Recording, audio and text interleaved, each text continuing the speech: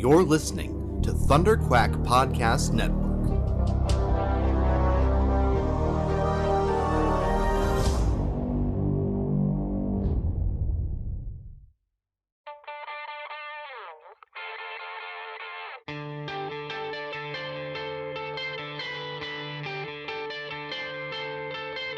Hi, my name is Larry Lieber, and you're listening to the Epic Marvel Podcast.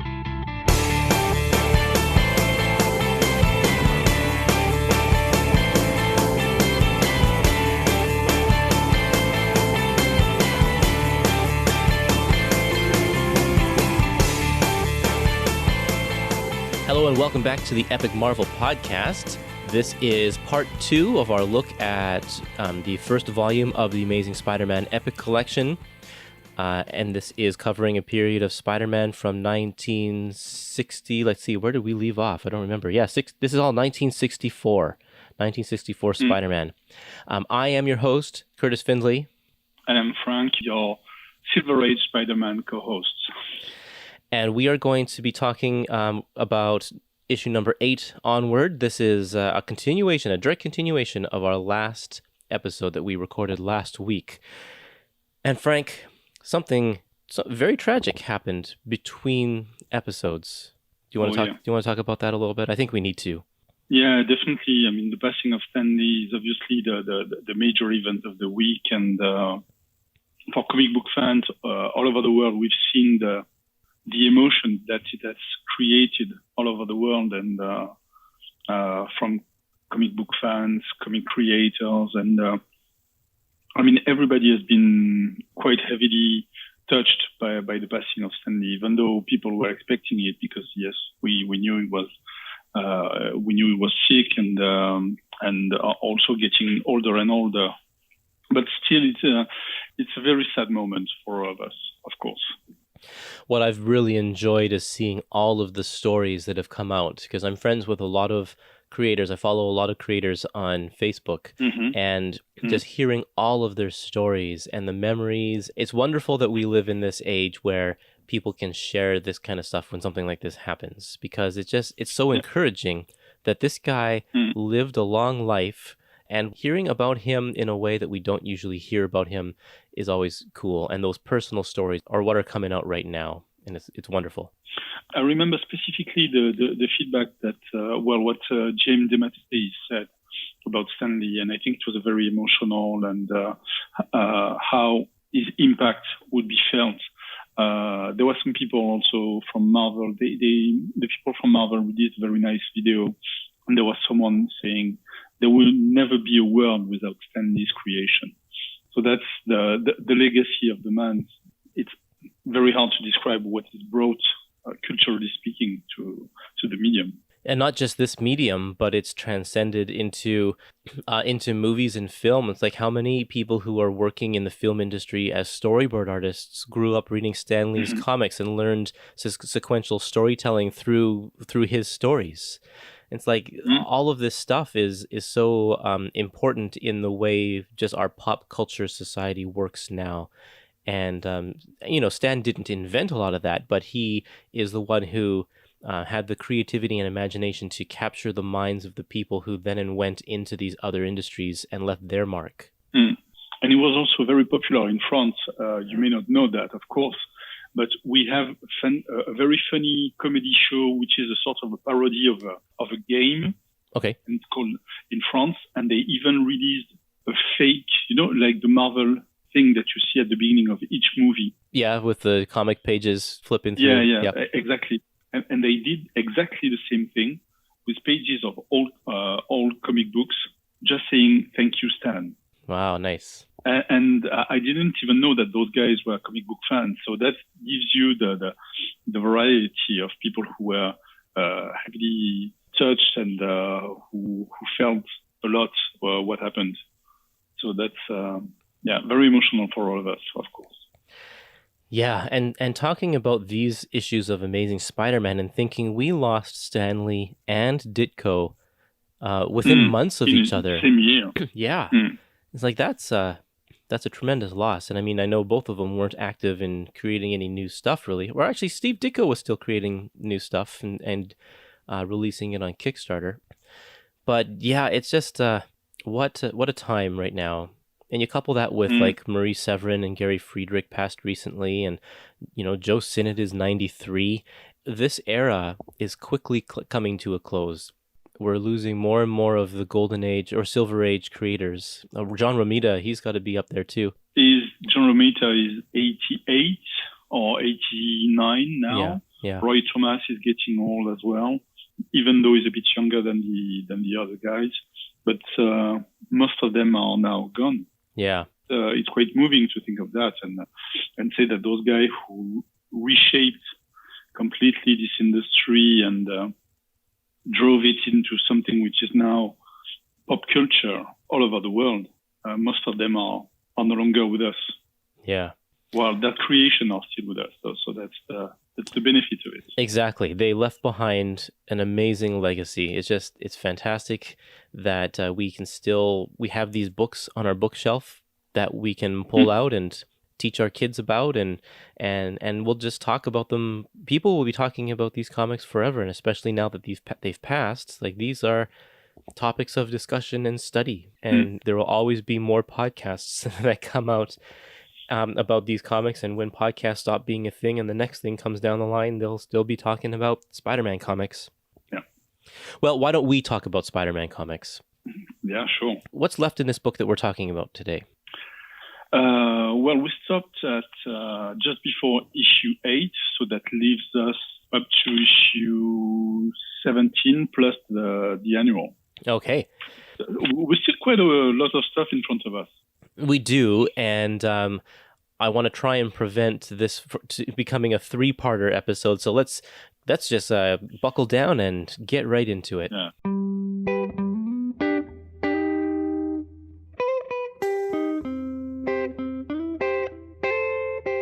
Okay, so issue 8, The Terrible Threat of the Living Brain, which is not the best title you would imagine for what is certainly the worst story of the entire book. It certainly is, yeah. First of all, it's a 17-page story because there's the backup story with the Human Torch, which is actually worse than the main story, but let's not get ahead of ourselves. Okay. To put it simply, Peter Parker, high school, gets the visit of a new robot-like new computer, and some bad guys are also involved, and they sort of reprogram, and unpurposedly, of course, the computer / robots, and the robots lose. And I would say that almost 50% of the issue is dedicated to Spider-Man trying to stop these robots a bit. So it's a bit of a goof issue. The thing that's really interesting there is that it involves a boxing fight between Peter Parker and Flash Thompson. That's the funny bit of the story, but otherwise there's really not much to say about this story, really. There really isn't. It's such a mild and uneventful issue, except for that boxing match, which further kind of develops the relationship between Peter and Flash. But yeah, this robot, cool. It's kind of a nice design, very Steve Ditko-ish, but it really does pose no real threat. It's amazing that we can, like, if you look at comics today, and whenever someone creates a robot, I mean, maybe this even started with Vision, but the robots are so sophisticated now, and the most simplest of robots are more sophisticated than this. Yeah. Now, did you know that the living brain returns in Superior Spider-Man? No, I think I forgot that. Dr. Octopus, as Peter Parker, creates the living brain to be his personal assistant. Oh, yeah, it's true. Yes, I remember that. Wasn't he also inside the living brain afterwards when he's supposed to be dead and then he comes back? I think he is. I haven't read that far yet, so I'm not too sure, but that's cool.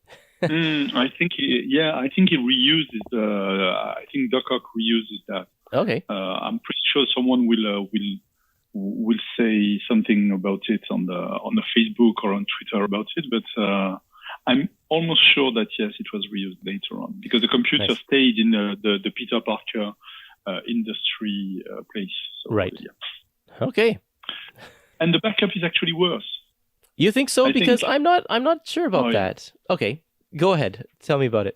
Well, I don't really understand why Spider-Man decides to crush a party organized by the Torch, and then it's a 6-page brawl between then Spider-Man and the Torch, and then the Fantastic Four appears, and it ends with a sort of stalemate, and that's really all there is, I think. Well, yeah, that's very true. There's not too much here. Maybe a bit too harsh. I got this issue.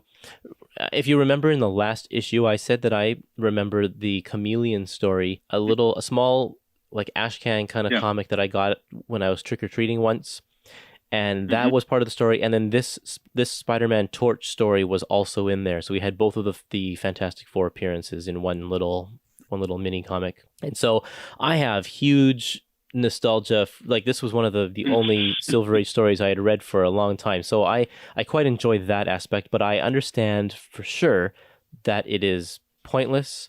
It's out of character for, well, it might not actually be out of character for Spider-Man to do this in this era because Peter Parker himself is kind of a jerk and maybe Peter Parker wouldn't do it, but when he's behind the mask and his confidence level is a little higher and he can get away with doing his super stuff because he's behind the mask, then yeah, maybe he would actually be a jerk like this. Possibly, yes.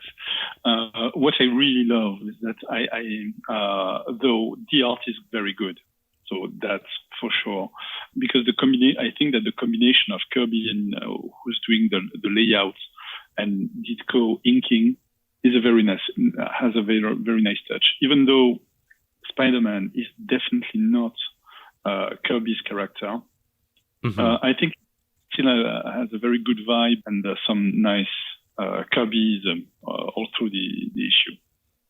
Yeah, it's quite a contrast to see this Kirby issue right in the middle of all of the Ditko artwork.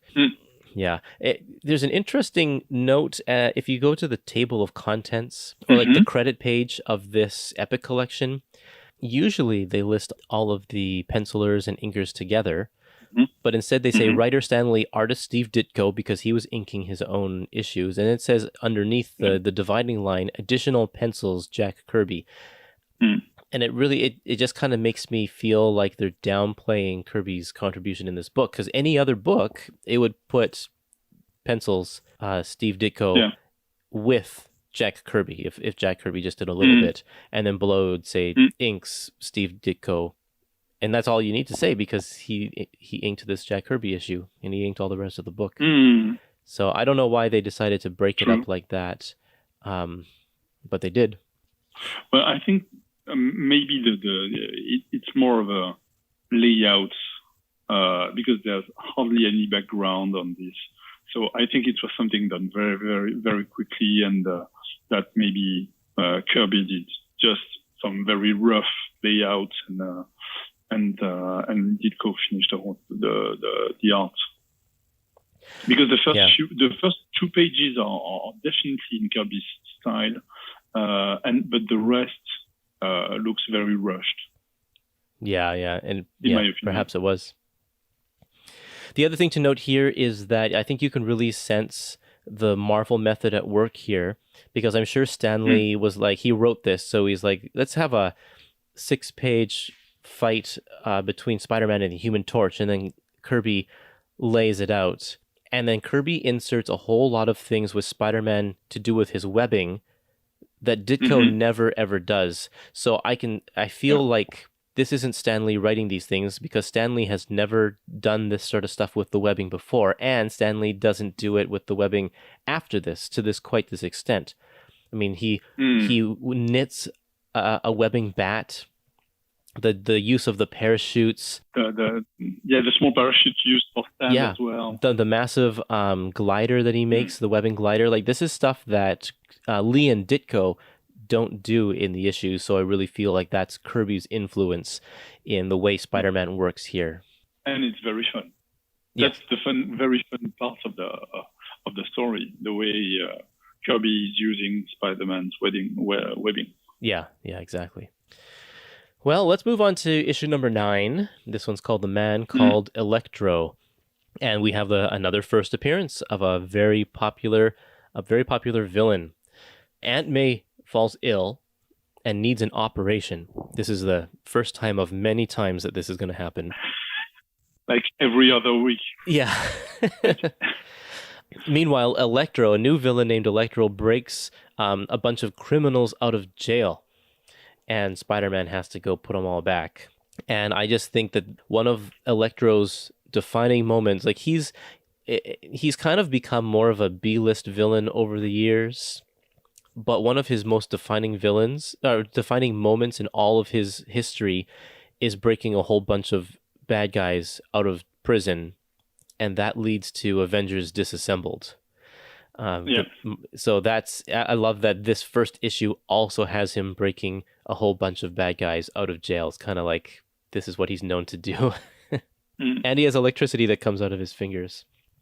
I love that he's just a blue-collar worker who stumbles into some power. And because he's kind of a selfish person, he decides to use that for his own good. And I don't know if they do this nowadays, but...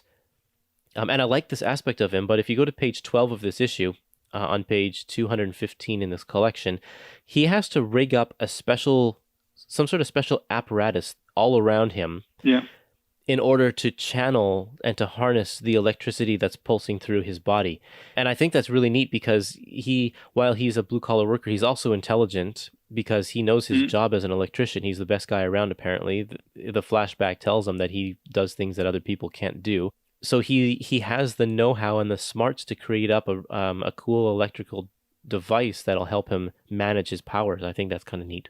One of the things I've noticed in this issue is that something that is going to run all the time in forthcoming issues is that Peter Parker is not able to say, "My aunt is ill," to people in high school. Oh, okay.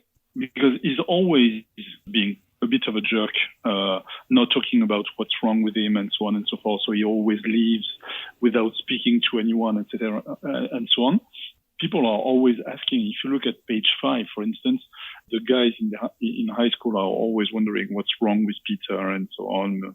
And it's something that we would see even later when he goes to college and when Gwen Stacy appears. And so that's something that we will see regularly appearing and taking place, even though he has absolutely no problem in explaining to Betty Brant that his aunt is sick. And once again, we can see the importance of the character of Betty Brant in the early issues. This one, we also get a little clue as a little bit about Betty Brant's past, which is going to come to play in the next few issues. She says here that she dropped out of high school. And I always wondered when I was reading these early issues leading up to this one, because Betty's working, like she has a career as a secretary. So doesn't that make her older than Peter Parker, who is just in high school? And then they're like going to go on a date so that Betty Brant is an adult dating a high schooler. Didn't seem very right to me. So I think that they wrote in this little bit about her being a high school dropout to place her the same age as Peter Parker. So they actually are peers. Well, even though it's still weird to imagine that she's 16 and working as a secretary in a newspaper. Yeah, but that back in the 60s, that's not as uncommon, I think, to hire 16-year-olds to do this kind of stuff. A lot of people started going to work, I think, around this age. Well, I think that Flo Steinberg was not that old when she started working at the Marvel offices. So yeah, right. Yeah, you're probably right. There's great art there because obviously JJJ is the fool in the issue because he's claiming that Electro and Spider-Man are the same person, and obviously the truth is released at the end of the story, and we have some great facial expressions on JJJ's face all over this issue. And one last thing regarding the Electro's mask, which I find that later on his mask will not be drawn the same way, and the only artist who would be in that vein would be Eric Larson. Oh yeah. And I was checking, and I definitely see the connection between Eric Larson and Steve Ditko, especially on Electro. Yeah, it's funny you mentioned that because I feel like Eric Larson his artwork is a good combination of Jack Kirby and Steve Ditko together. He's got kind of the angular aspect of Jack Kirby, but then puts in a lot of the same sort of like facial detail and posing that Steve Ditko does. And when I did the interview with him about Spider-Man, he said that he tries his hardest to be like Jack Kirby. But I often see more Steve Ditko in his work. Yeah, me too. And obviously we'll see that even more when we try to connect the return of the Sinister Six. When Eric Larson is writing and is drawing the book and the annual, and there is a clear visual connection between the two. There's no way it cannot be done on purpose. Right. So issue 10, The Enforcers. It's one of the first really criminal-oriented. I think it's the first really 100% criminal-oriented issue of the book. So we discover that there's new crime mob chief called the Big Man, who is working with a team of guys with absolutely no powers called the Enforcers. Well, basically that we don't know who this Big Man is, and there is a new character appearing on the book at the same time. So we have this comic book mandatory thing that the bad guy is obviously the new character. Yeah, right. So that's the first time we can see that. And the Enforcers are trying to make a fool of Spider-Man, and the Big Man are trying to make a fool of Spider-Man, while he is trying to support his Aunt May, giving her a blood transfusion, which is going to become something very important around issue 31, 33, which will be covered in the second volume. And what else? Well, obviously, at the end, Spidey wins the day, and the Big Man is identified, but Spider-Man has nothing to do in this finding. In the end, we start seeing there is something very interesting and the last page is one of my favorite page of the Ditko run, with JJJ explaining why he hates Spider-Man so much. While just below we have something which is almost aligned to that, with Spider-Man brooding about his situation and Betty Brant in the end. So there's a great final page to the story, which is quite jam-packed, lots of things taking place. And I love the fact that it's also a story with mob guys and no superpowers involved. And so that's a different take on Spider-Man, but one I really, really enjoy. Yeah, and it sets the stage for the criminal underworld in the Marvel Universe. And you look at it now, and there are so many different crime factions between Kingpin and Hammerhead and Tombstone and Mr. Negative and the Goblin King. Like, there's so many different... and the Enforcers, I think, are still around as well. And this is where it all begins. It seems when you just read this like it's going to be kind of just a one-off situation, a one-off story, but then later on people keep on building and building on this in the criminal underworld till it becomes a huge part of Spider-Man's comics and his storytelling.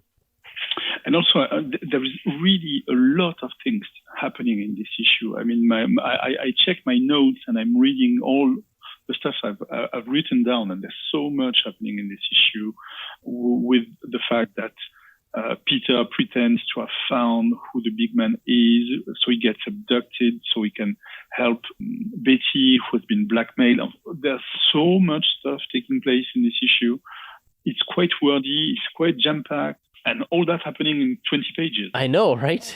And yeah, he packs it in there. Oh yeah. And sometimes Stan Lee can really pack in the words, and I think this issue has way more balloons than any of the other issues in this book, especially if you look at like page 10 and 11. Yeah. Like there's just a lot of text and a lot 12 is very busy. 12 is, yeah, exactly, that one. But it flows really well. Like, it's captivating, and because so much is going on, It's not like X-Men where the reason why there's so many words is because Stan has to have all 5 of the X-Men say something in every panel. This is different, and we really get into the mind of Peter. There's a lot of thinking that he needs to do about himself and about his situation and about Aunt May, about Betty, about everything. Oh, and the other thing we didn't mention is that Betty moves to Florida in the middle of this issue. They're really ramping up her story, which is going to come to a head. And I like that we've moved from already, it's only been 10 issues, but we've moved from the single issue storytelling to talking about multi-part arcs that are starting to show up now. It's really interesting to see that happening and taking shape, because you can see with this issue that for Stan Lee and for Ditko, it becomes more and more complicated to jam pack all the stuff they want to tell into one story. And we would see that it's going to evolve along the way, but the first 2-parters are just right after. Exactly, yeah. So issue 11, it's the first 2-parter, and we could see that with this issue, it was almost too much, and that it was almost ready to be a 2-parter as well. Yeah. Well, let's move on to that one here. Issue 12 is called The Turning Point, featuring the return of Dr. Octopus. It's something that fans have been wanting since he appeared in issue number 3. He's finally back. And in this one, Doc Ock is now out of jail. He is hired to spring a thug called Blackie Gaxton out of jail. And I guess Betty's brother, Bennett, is caught up in the mess and ends up dying in the situation, which is quite tragic. And this is where we learn all about Betty's past. And not all about her past, but about her brother and his connections to the criminal underworld, and how Doc Ock kind of takes Betty in order to control Bennett, make him do what Doc Ock wants him to do. So yeah, like you said, it is a 2-parter. This is the first part, and at the end of it, Dr. Octopus, they have a little fight on a boat, but he gets away. Betty says that she blames Spider-Man for the death of her brother. And so now Peter is caught in this situation that he's caught in so many times. It's like somebody loves Peter but doesn't love Spider-Man, so now his secret is even more of a secret. He was going to tell Betty all about who he really is, but now he can't. It's a jump-pack issue, and it's great looking as well. This is the moment when I tell you my small story about how I read Steve Ditko stuff in France, because initially, obviously, it was published on a regular magazine, comic book size in France. Initially, in a pocket-sized magazine, but then as a regular comic book size magazine. But in the late 70s and early 80s, the Ditko stuff was reprinted into something which was more of a graphic novel. The 80s graphic novel format. So we had those Ditko issues in this larger and wider format. And the first one I bought when I was a kid, because they were quite expensive, so I couldn't afford them all the time, was the one presenting this issue.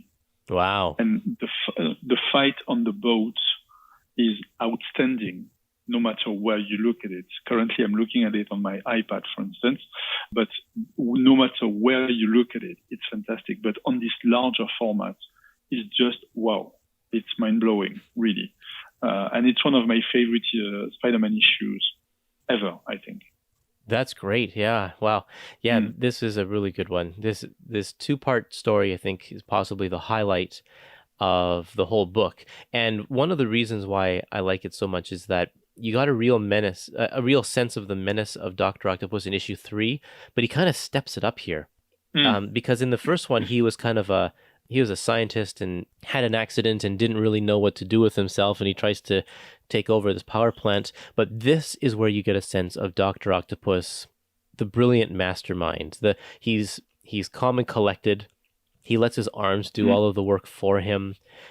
He's got a plan, and he has contingency plans and that kind of thing. The few things that don't jive with kind of where Dr. Octopus is these days, but is that he's a hired thug. He's hired to break somebody out of prison. So that's something that's a little different.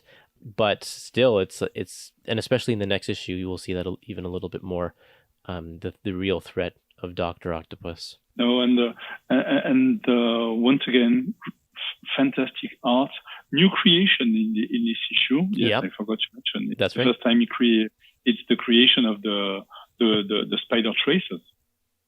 Yep, and this, of course, these will play a huge role in Spider-Man to come. A convenient little plot device whenever Spider-Man needs to track somebody down. Oh, I attached the spider tracer to him. And then also Spider-Man sprains his ankle in this issue. Yeah. And this is similar to the time that he hurt his shoulder fighting the Vulture in that other issue. Ditko really likes playing with this, or maybe it's Stan, both of them like playing with this idea that, you know, Spider-Man, we can't have him be too powerful, so let's do something that brings him down a notch. And then let's also prove that he can still do what he can always do, even with a disability like a sprained ankle. So issue 12, Unmasked by Dr. Octopus. So it's the combination of it's the continuation from previous issue.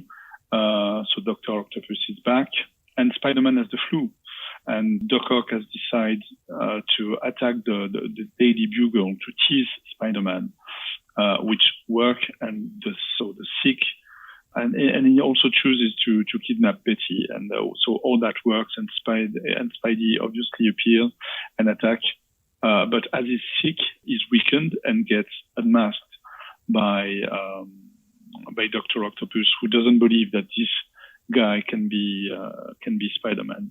Spider-Man gets back home to rest. So obviously the identity is safe because nobody believes that Peter Parker can be beaten in 2 seconds by Dr. Octopus and be Spider-Man. So yeah. That's clever and convenient at the same time. Then for almost no reason, Doc Ock decides to set wild animals free. So there's a huge fight between Spider-Man and animals like lions and giant monkeys and stuff, which is great fight and great fun. And towards the end, there is the final fight between Doc Ock and Spider-Man, where a fire starts in a theater, and Doc Ock gets captured at the end, but it's not because of Spider-Man. It was more because of the smokes. So he wins today, but at the end, it's not even because of what he's done. So it's once again of these strange victories that we see in the early issues. I love that panel on the last page where the cops are taking Doc Ock away, and he's like, "No, Spider-Man didn't beat me. Like, I just want to make this clear. Exactly. It was not Spider-Man." And this is the beginning of Doc Ock's obsession with beating Spider-Man.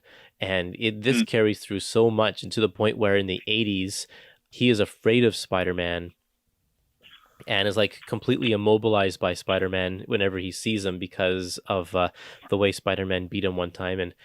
And then kind of coming to a head with the whole superior Spider-Man part is like, yeah, Doc Ock not only beat Peter Parker, but he took over Spider-Man's body and is being a better Spider-Man than Spider-Man was. So it's like this is the beginning of all of that right there. So it's really cool to see Doc Ock forming this side of him and the egomaniac that he is.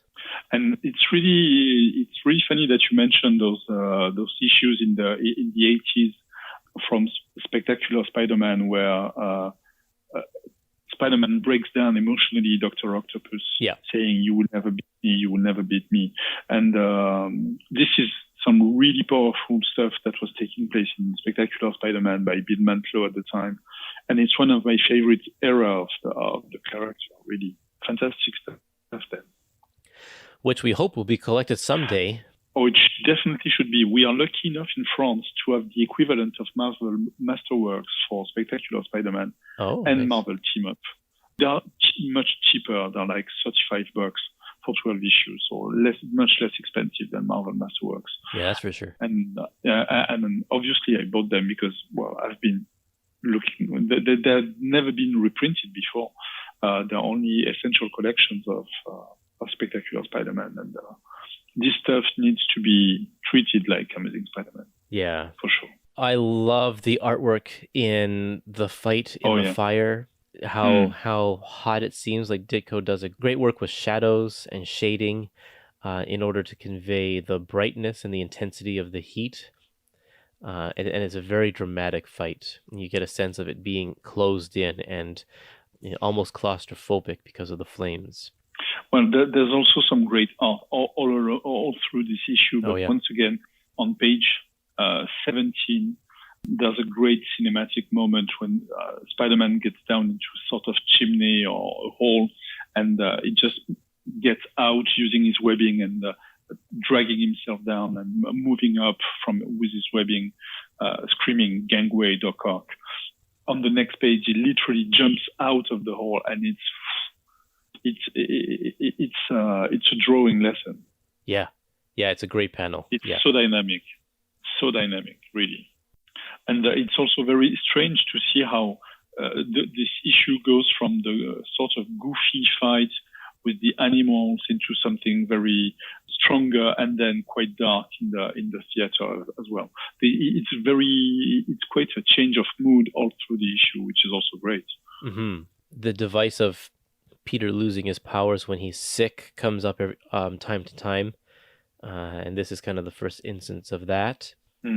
Although they don't do that much these days. It's kind of more of a Silver Age thing, or early Bronze Age. It's really a Silver Age thing. Yeah.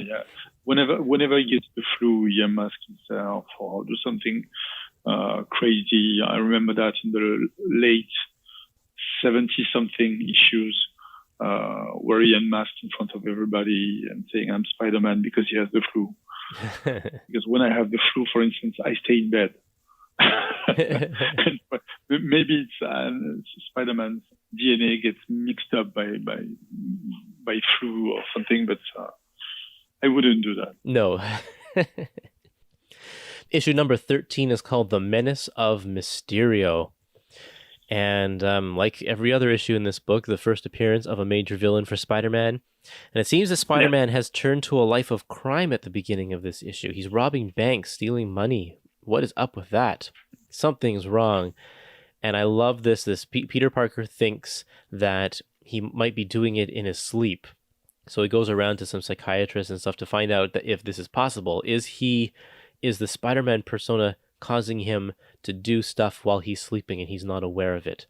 And I love that this is like a indirect foreshadow to what the black costume eventually does with him when he gets the alien costume, because that actually does make him go out when he's sleeping and do stuff. Absolutely.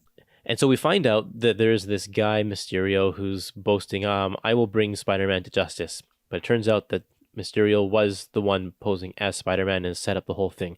He is a special effects master for a film company and uses all of his knowledge in special effects to create illusions that help him pull off these crimes.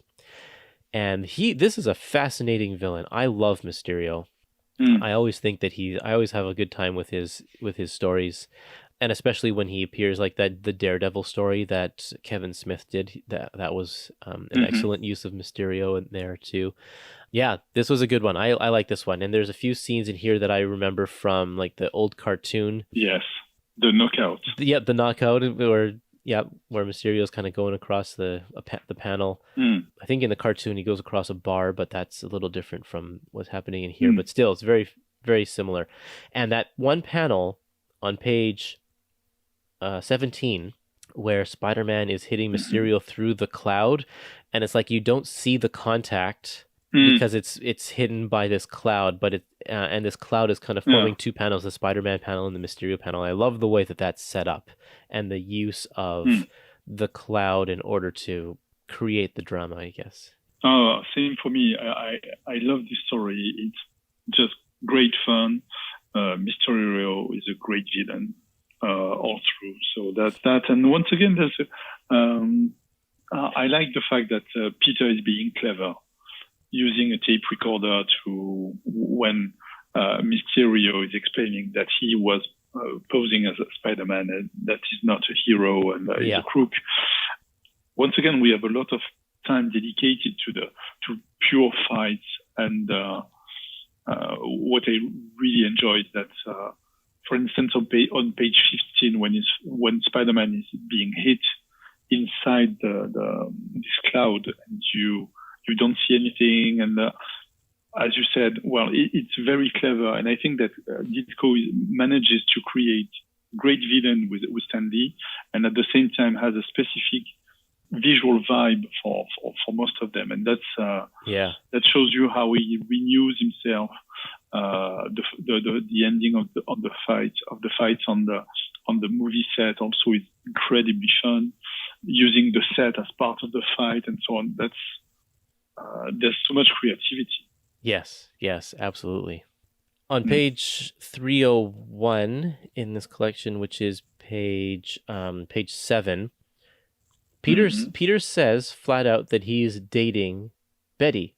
It says, but since I've been dating Betty, Liz has gotten a crush on me.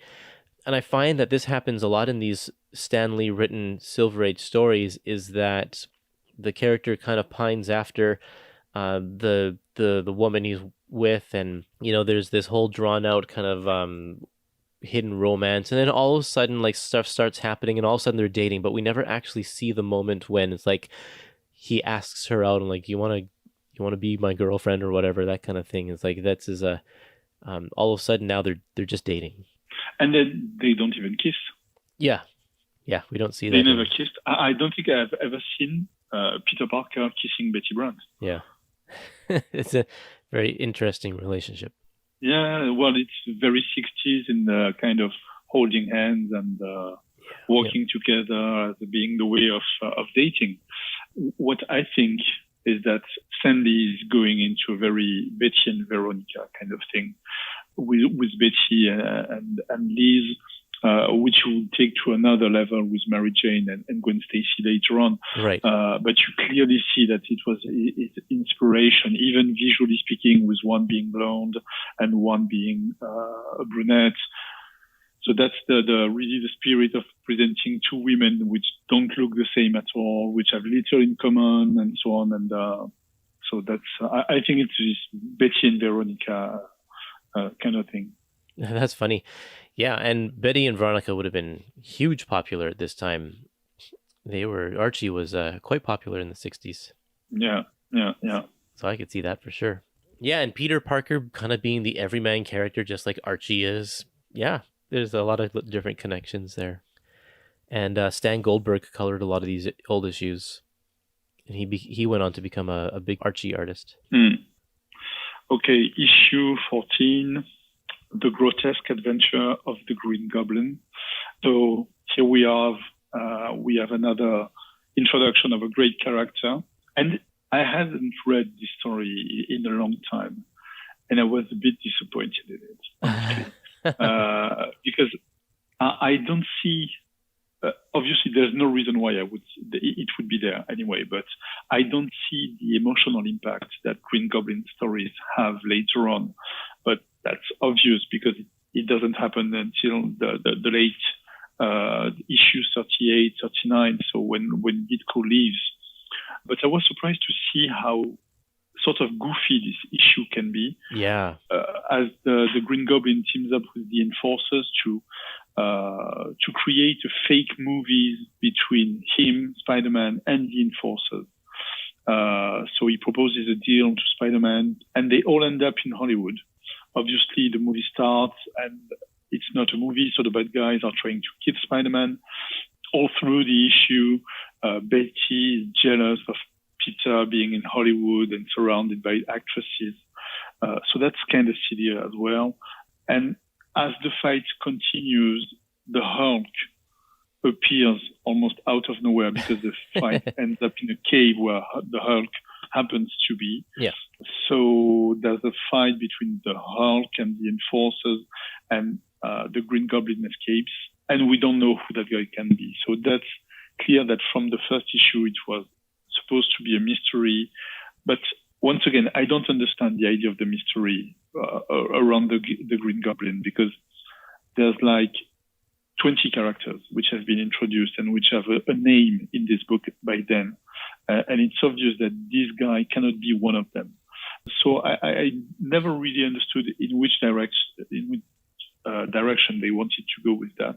And overall, I think it's really a rather weak issue, surprisingly, with a bit of padding, and it goes on a bit too long, I think. And I was really disappointed in rereading this issue years later. Yeah, this one really is kind of two stories put together. And if the Goblin wasn't, if it was the fact that Goblin was tying them together, they could be two separate stories, like, the first issue of Amazing Spider-Man with the chameleon and the astronaut story, because we have the Hollywood movie story, and then we have the Hulk battle. And yeah, the Hulk does come out of nowhere. He didn't have his own title at the time. His 6-issue title had been canceled, and he was not yet appearing in Tales to Astonish.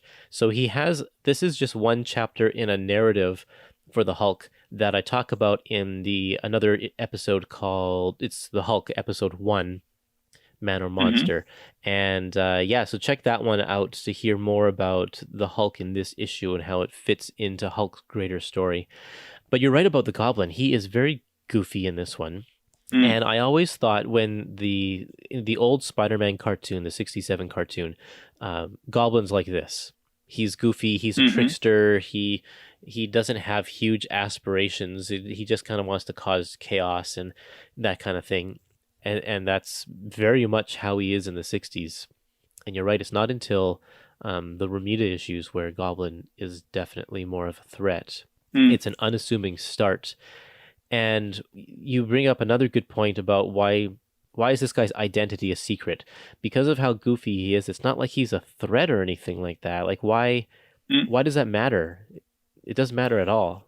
It'd be more interesting if the Goblin was like holding people ransom, or like really screwing with Peter's his personal life or something like that. It's like, well, who is this guy that knows Spider-Man's secret identity or whatever it is? But yeah, it's kind of silly.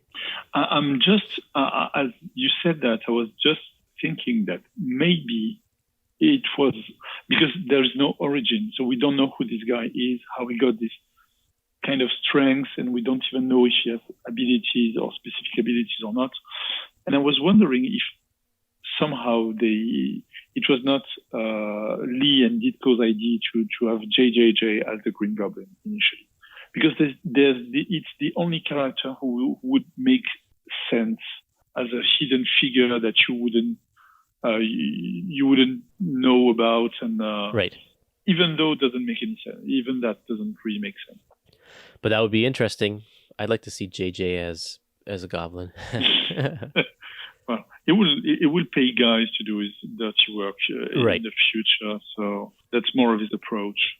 And Ditko does a great Hulk. Yeah. Unrelated, but he does really a great Hulk. And I remember that I love his early. I think he drew 3 or 4 issues of the out of the first 6, right? Yeah, he did the last couple, and then he also drew the first several issues of Tales to Astonish when Hulk became a regular feature in that one too. And I love this Hulk. It's very. It's in line with what Kirby was doing. But it's not that he's not a monster. He has a human size. He's just very muscular and stuff. But he looks very angry, and I think he draws very well the anger on Hulk's face compared to Bruce Banner. So I think he does a great Hulk. I feel like his Hulk is more sad, I guess. He draws him more. I mean, it's an angry, but it's like a brooding kind of pathetic angry rather than the more over the top angry that Kirby does. And once again, we can see. I love the producer at the end, and once again, we have some great facial expressions drawn by Ditko, and that is one of the great things that I rediscovered as I reread those issues. On page 10 of this story, Spider-Man gets tied up in Montana's ropes, and he says, "But the one thing he didn't count on is my power of chest expansion."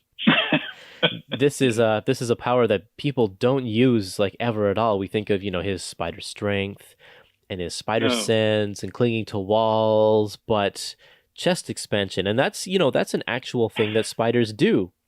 It's they get out of their tight spots by expanding their body or contracting their body. So the fact that he does it here is cool. I don't know if it's ever used ever again. I don't think so, because it's only useful when you're tied in ropes. Right. It could be useful, though, in the scene where he is buried under all of that, the wreckage that we'll see in Volume 2. He could use some chest expansion there. Could have been useful, yes. Okay, issue number 15, Kraven the Hunter. And the episode of this podcast that I released 2 weeks ago was the Kraven's Last Hunt. So going from that story, which is like the pinnacle of Kraven's stories there, to this one, his origin was quite interesting to just compare the two versions of the character here. In this one, Chameleon contacts Kraven and convinces Kraven to come to America to hunt the most dangerous game of all. And it's not an animal, it's a person. And it's not just a person, it's Spider-Man. And so, yeah, he does. He comes here and tries his best to hunt Spider-Man. And what strikes me with this issue is the variety, like you mentioned this before, the variety of villains that we get here. They're not all just kind of common crooks. Like if you read through the Ant-Man Epic Collection, all of those guys they have special costumes and kind of a goofy gimmick, but they're all just crooks. They want to rob banks and stuff. But these guys, we have Dr. Octopus, who just wants the best Spider-Man. We have the Kraven we have Kraven who just wants to hunt. We have Mysterio that wants fame and that kind of thing, wants to prove himself to the world as being a super, like being Spider-Man and stuff. And so they're not just all petty crooks. And that makes this one really, really fascinating, because this guy is out to kill Spider-Man, like actually kill Spider-Man, but for no reason. It's just that he thinks he'll be an entertaining game. And I think that makes Kraven frightening. Now, unfortunately, Kraven doesn't really become that frightening of a character through his many appearances, but I liked this issue a lot. And I like the Chameleons association with Kraven. I think later on they write into the story that they're actually related, maybe brothers, but I can't remember if they're brothers or stepbrothers or something. Stepbrothers, yes. Definitely related. Yeah. Yeah, but that's something which is established, I think, late in the Mark Waid's part of the, when Spider-Man was sort of rebooted after the Mephisto thing. Towards the end, there is a small run by Mark Waid, and I think it was then. Oh, no, I definitely remember that from earlier, like in the 90s, that they're brothers, I think, in the late 90s. But anyway, yeah, they go to page 346 in this book, but that means it's page 6 in this issue. In the bottom panel, Peter Parker is sulking, sitting on the curb, and then there's this guy in the background that says, "Move it, bub, you're blocking progress." If this were a movie, that would be a Stan Lee cameo right there. Definitely, yes. Yeah. Oh, yeah. Yeah. It just popped out at me when I was reading that. Like, oh yeah, there you go, Stan Lee. And also, just one more thing here. Turn to page 343, 2 pages earlier, page 3 in this issue. Just the passage of time. This is comic book time right here. JJ says, "Grab your Steino book, Miss Brandt. The biggest story of the year is about to break at the pier." And he says, "Call Parker and have him meet us there with his camera." And so Betty says, "Sir, but of course, but who is Kraven the Hunter?" And in the next panel, he explains who Kraven the Hunter is. Yeah. But in that amount of time, she's already called Peter, and he's arrived, and they've traveled to the pier, and Peter's at the pier as well. And then he starts explaining who Kraven the Hunter is. So it's a weird passage of time there, but, it works for a comic book. Exactly, but that's not exactly what Scott McCloud explained in his book. No, it's definitely not. Because you're supposed to see the connection between one panel and the other. And here it doesn't work at all. Nope. For me, on page 4, I love the panel when Spider-Man is getting dressed as he gets into action. Yeah. That's something that Ditko does all the time. And I think that there's not so many people who would do it afterwards. And I think it's incredibly fun because you see that this guy is rushing into the battle, literally, and he doesn't care about he needs to finish putting his mask on and so on while he gets into the battle. So that shows the dynamism of Ditko's drawing. I love the splash page too. I think it's incredibly dynamic. And the credits also were so fun back then, and so all that. The first page in itself is worth the price of admission, I would say. So that's really funny. And this issue is also memorable for the first mention of Mrs. Watson's niece. Oh yeah, that's right. The first potential blind date. That's the beginning of something of a mystery that will last for 30 issues. Yeah, it's amazing that it lasted that long. Actually, I'm quite surprised. This also had at the end of this issue, Peter Parker is willing to just date anybody he can.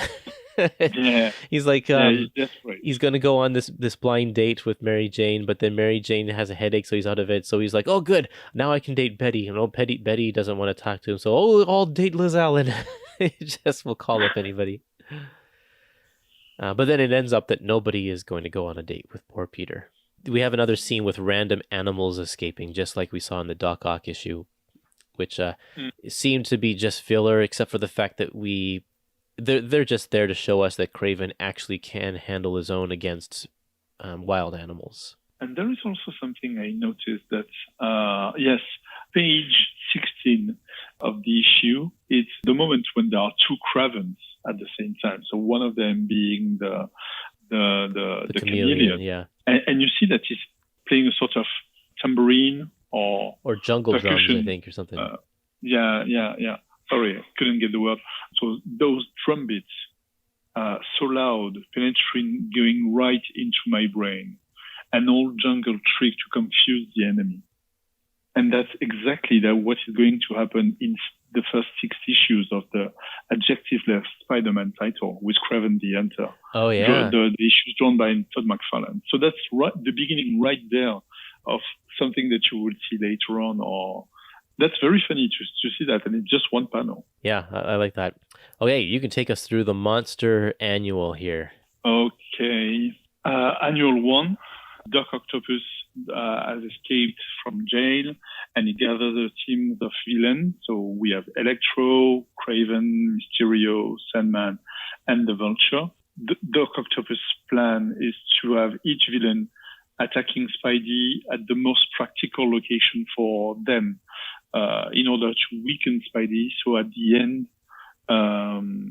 the Doc Octopus will be able to finish Spidey. The villains are very confident in themselves because Kraven says, we almost beat him separately, so imagine what we're going to do all together.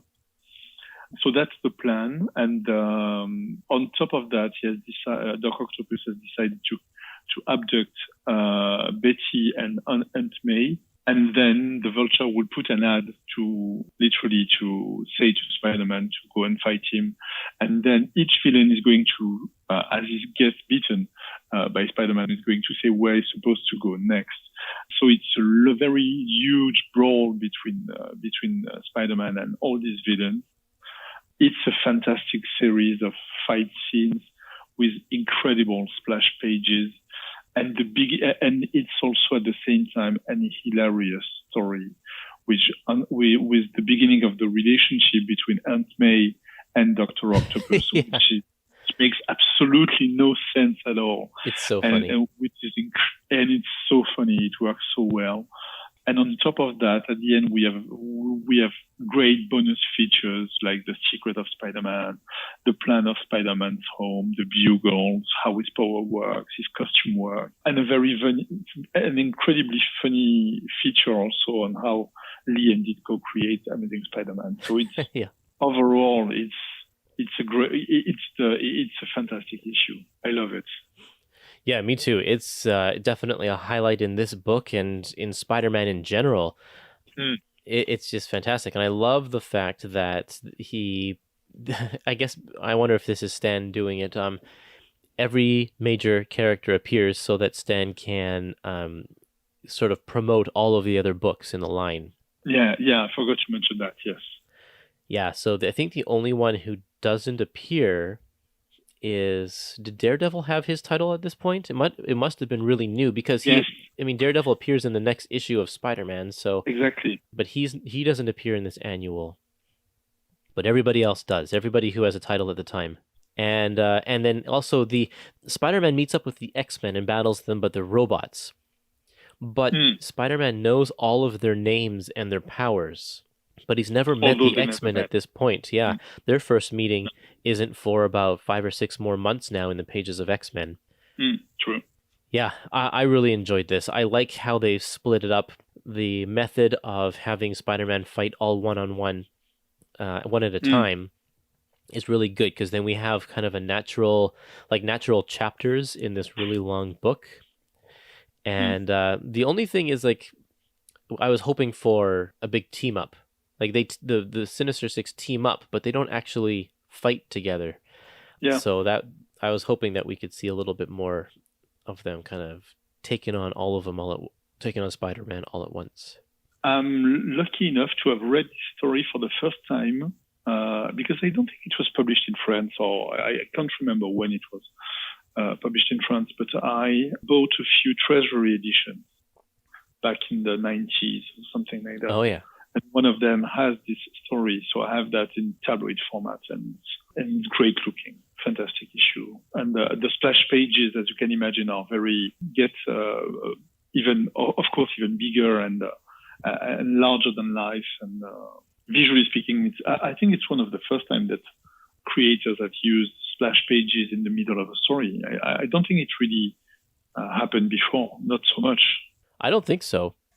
They definitely stand out, and they're all fantastic. I wish that the Doc Ock one had a little bit more color to it. But other than that, they're just great pictures. I think that the one with the vulture looks very Frank Miller-ish.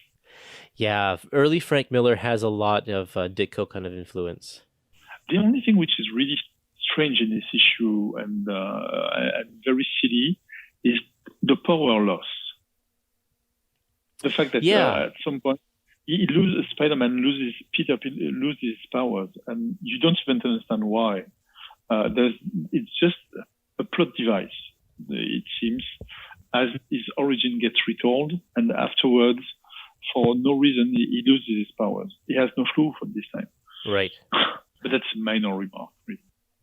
On the second page, Doc Ock has his arms taken away from him as he gets put back in jail. And it's known that he has a mental link with his arms now, which he didn't quite have before, because he could control them because they were fused to him. And I think that Ditko forgot the fact that these arms were fused to Doc Ock, because if you don't look at the text and you just look at what Ditko drew, the guards are taking away Dr. Octopus's arms and it looks like they were just kind of wrapped around him, and you can see his chest is exposed, and there's no sort of sign that they were fused to his body. And then Stan Lee sees the art and is like, no, wait a minute, they were fused to him, so he has to create some sort of text that explains this, and it says, in state prison, a team of specialists have finally found a way to remove the 4 extra mechanical arms which had become attached to Dr. Octopus after a freak accident.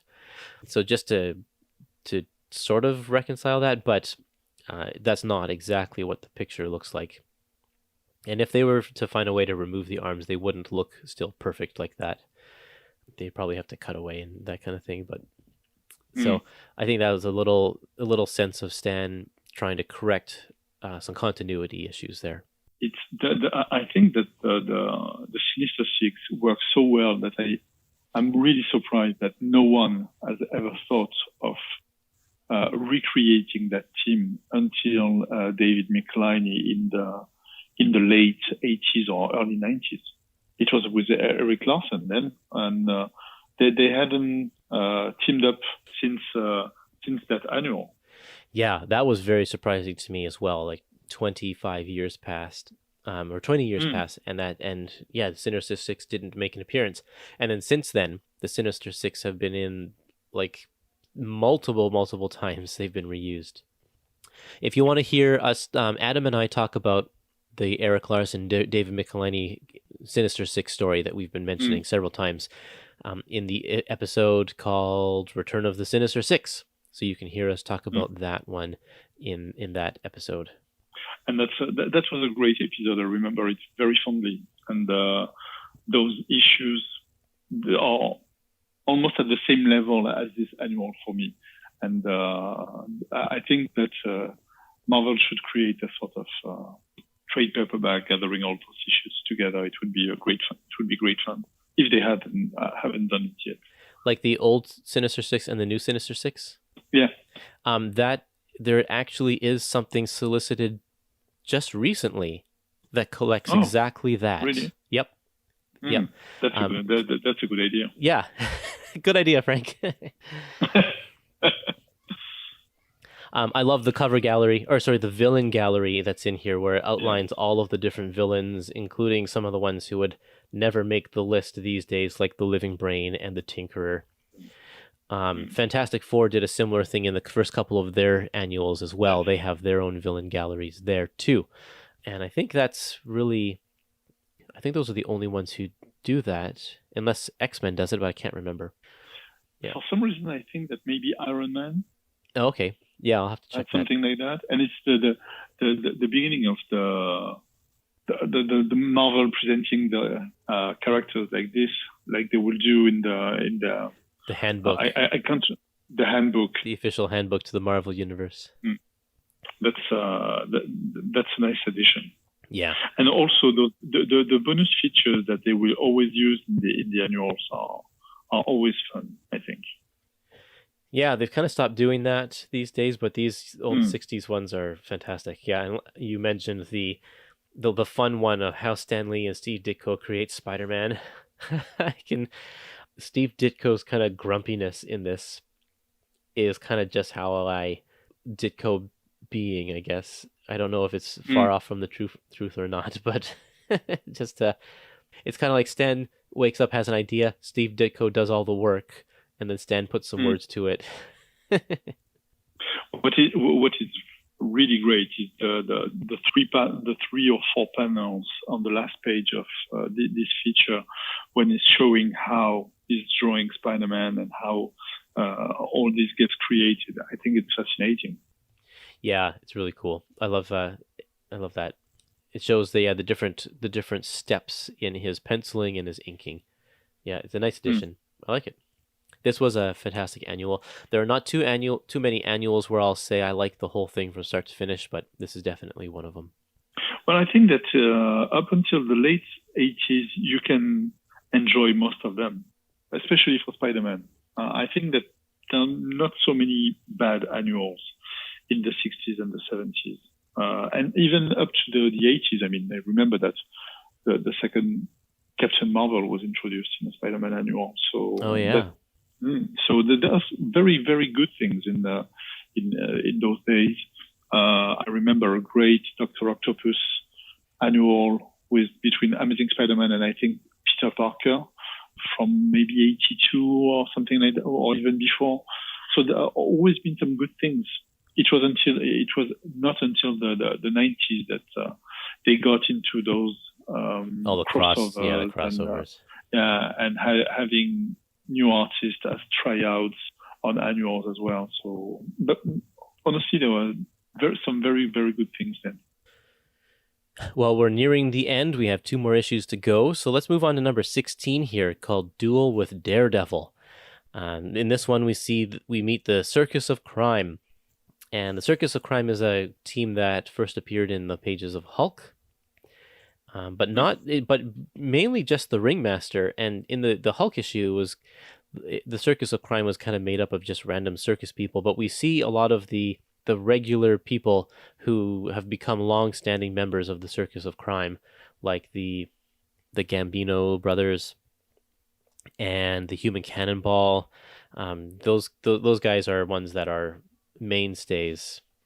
So the circus comes to town, and of course we know that means that something's going to happen, because the Ringmaster has an evil looking mustache, so he can't be trusted.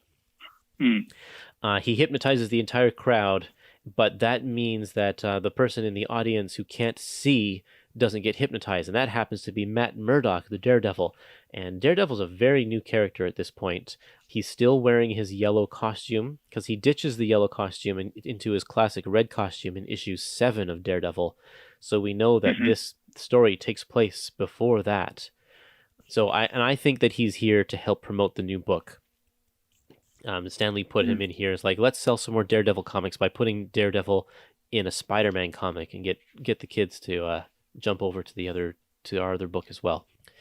And so Spider-Man becomes hypnotized and has to follow the commands of the ringmaster, who tells him to go after Daredevil. So they have a fight, and in the end, everybody breaks free of the hypnosis, and the circus of crime gets taken down, as you would expect, of course.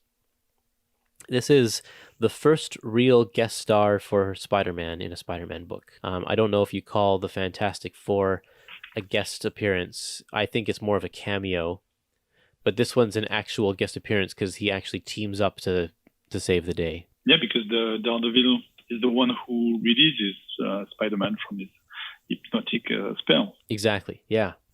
Yep. And I like Steve Ditko's Daredevil. He does a good job with just the acrobatics and that aspect of Daredevil. Does the costume well. Yeah, this was a fun one. It's not one of the standout issues, but it's fun. No, and once again, visually speaking, the fact that he's using circus artists allows Ditko to do some very, very funny things with at the moment when Spider-Man is fighting the very strong man with the weight, and then jumping with the acrobats and all that. I think visually speaking, it's once again a great issue because it plays very well on the dynamics and the visual dynamics that Ditko can create. But beyond that, there's not so much to say about it, and truthfully, I think that the Ringmaster is quite a lame villain. Yeah. Yep. Now, he pops up every now and again, and he's never usually that big of a threat. So issue 17, The Return of the Green Goblin, which is the title that says it all. So yeah, as you mentioned before, at this time, the Green Goblin is still a mystery villain, obviously, and still a bit of a silly character. So in this issue, Flash Thompson is creating a sort of Spidey fan group. He gathers everybody and hopes that Spider-Man will find out about it and join. And obviously, Peter Parker decides to join the party. But so does the Torch and the Green Goblin, who decides to crash the party. So the fight between the Green Goblin and Spider-Man is a very strange one, because all through the fight, Spider-Man has to change back into Peter Parker to do other things, like appear among everybody, and then he finds out that so he goes back and forth between Spider-Man and Peter Parker all through the issue. And at the end of the story, he finds out that his aunt has a new stroke, and so he has to leave and be seen as a coward in order to go and visit Aunt May, while he leaves, everybody being surprised and astonished that the one who was supposed to be the hero of the day and who's the hero of Flash Thompson lives like a coward. Yeah, the way they ramp that up, it's classic 1930s screwball comedy, where the guy has to be in multiple places at once, and he tries to juggle all of that, and it's just like, yeah, so he's got to be Spider-Man fighting the Green Goblin. It's like, oh no, Betty's upset because I disappeared. I need to make an appearance as Peter Parker. No, I got to go back to being Spider-Man. Oh, Liz is figuring out my secret identity. I have to make an appearance as Spider-Man so she doesn't as Peter Parker so she doesn't suspect a thing. Oh, I got to go back to being Spider-Man. Oh, Aunt May's in the hospital. I have to go see her. Oh, I have to be back being Spider-Man to fight the Green Goblin. And it's just this back and forth. It's actually kind of a really funny situation and throughout the thing. And again, very breakneck speed. It's fast paced. There's so much going on. And I like this one. I think I like this appearance of Green Goblin better than the last appearance. Me too. So that was good. Nice to see Human Torch back again. And this is a first appearance or first mention of a Spider-Man fan club. And this is something that I've mentioned in other episodes. But at this point, these characters were becoming so popular that fan clubs actually were starting up.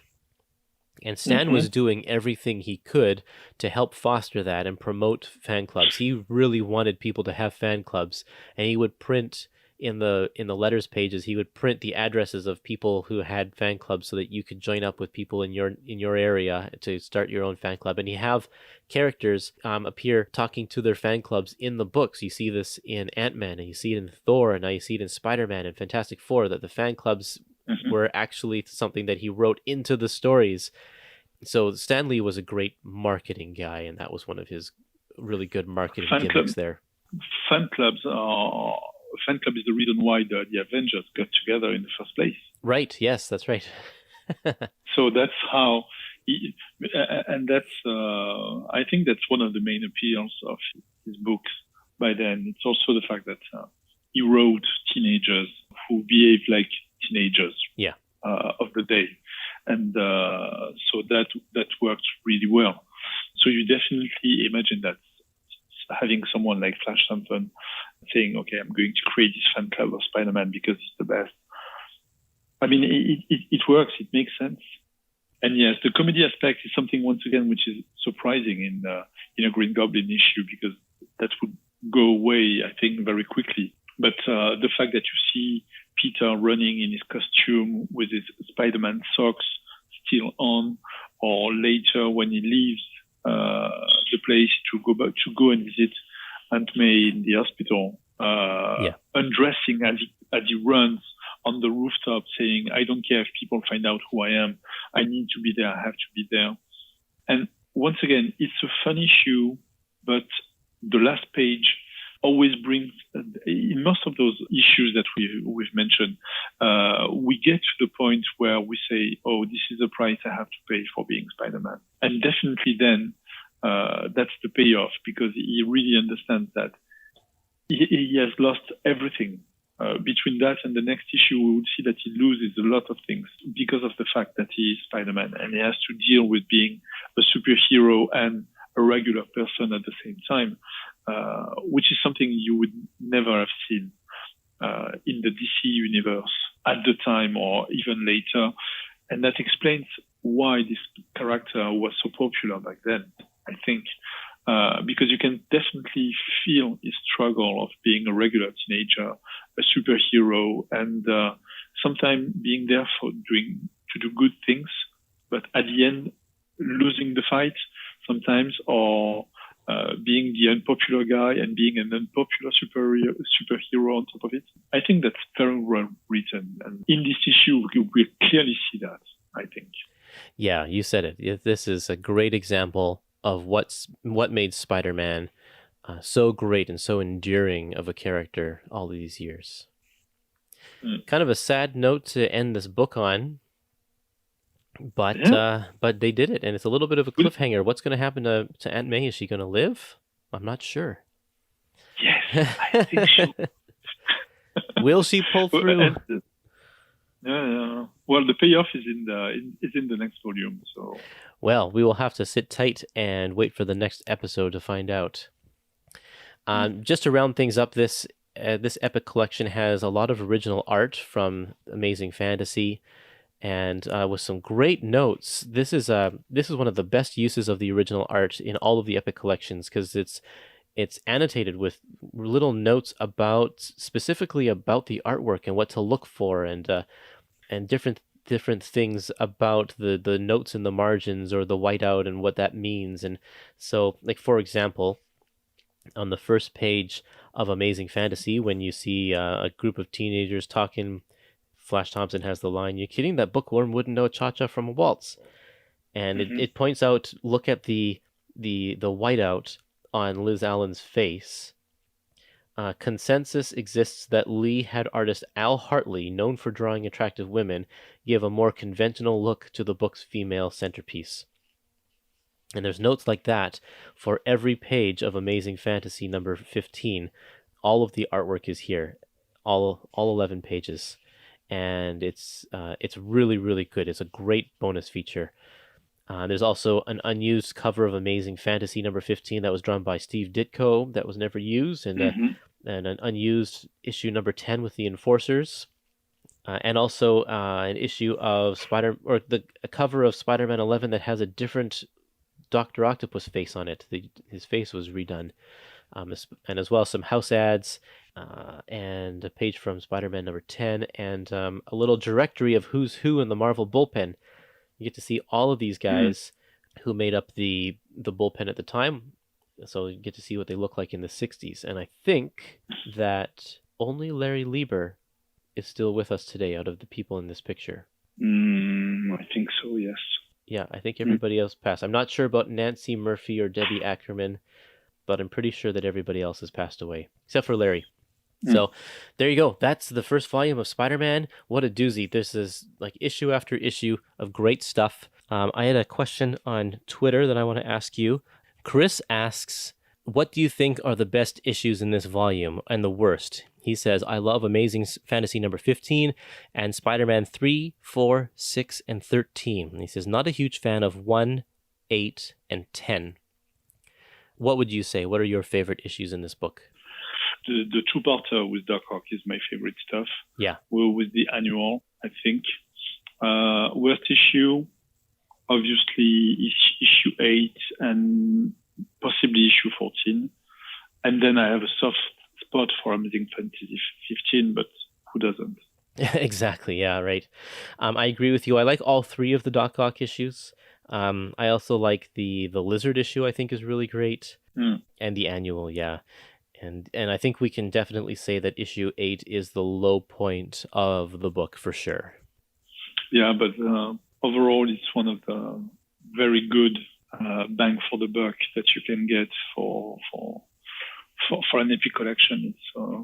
It's a fantastic ride. Well, I'm biased on this, so I'm going. I can say that the next 8 or 10 ones would be almost as great. So we've been talking about Spider-Man a lot on this podcast lately, so I think we're going to give Spider-Man a break for a little while and move into something else. So I think, why don't you and I tackle New Mutants? Like we did the first volume of the first episode of that recently, and so I think we should pick up and either do we'll probably have to do volume 6, Curse of the Valkyries, because volume 2 won't be out for a little while still. So why don't we plan on that? Yeah, right. Some more New Mutants. Yeah, sure. That's something for everybody to look forward to. Absolutely. That does it for our episode today. Thanks for joining me once again, Frank, and we will see everybody on the next episode. Take care, everyone. Bye-bye.